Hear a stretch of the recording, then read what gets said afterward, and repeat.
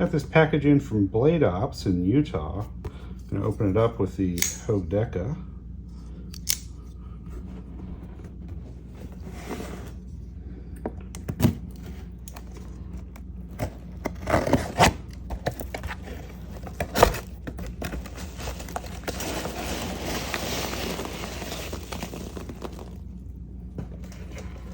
Okay, so here we have the Nikiri, which is a traditional Japanese blade shape for vegetable cutting.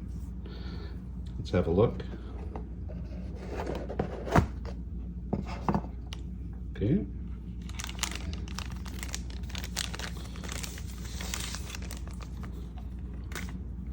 Now, when I first saw this line of knives, I assumed that the handles were, first saw photos of them, I assumed that the handles are wooden. But then when you read the description and you get a closer look, you realize that these are not wood, they are G10. It's what Spyderco calls burl G10 because the brown and black have been swirled into what looks like a figured wood, a pattern that resembles figured wood and has sort of a wood grain look to it. It looks as if it's wood with a black bolster and a white spacer, but it's all of this is G10. Okay.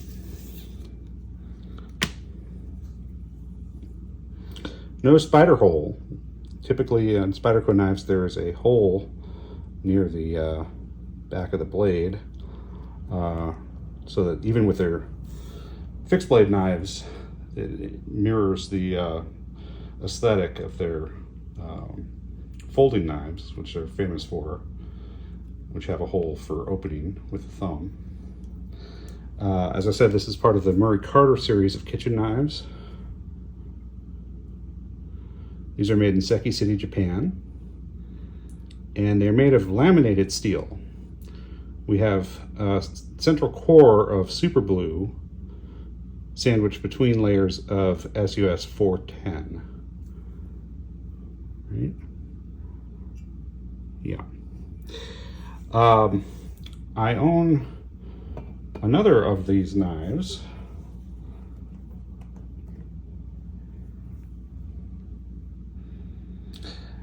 And you'll notice right away that this has a dark patina on the blade.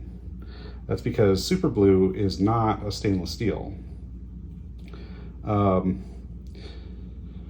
This patina developed really quickly after just cutting some vegetables. Some of it started to show up, and after cutting meat, it was very prominent. I've had this knife for less than probably 6 weeks, and it's got a very strong patina.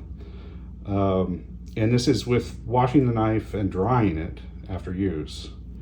So when it says in here that you may develop a slight patina, that's kind of an understatement. Let's see. Even with proper maintenance, tool steel will develop a patina, a slightly darkened color over time, especially if these knives are used to cut acidic foods. This is natural and part of the traditional character of Japanese kitchen knives. Yeah, it's not a problem.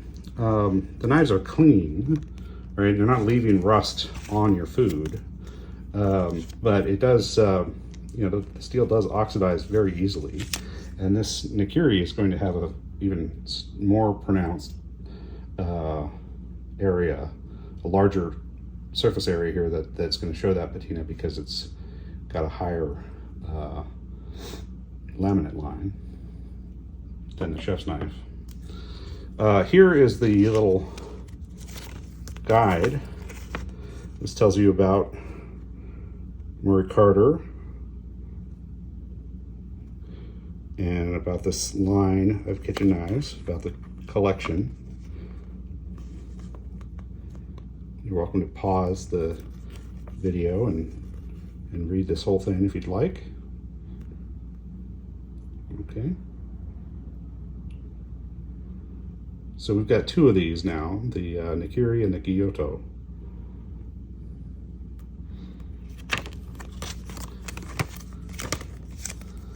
All right.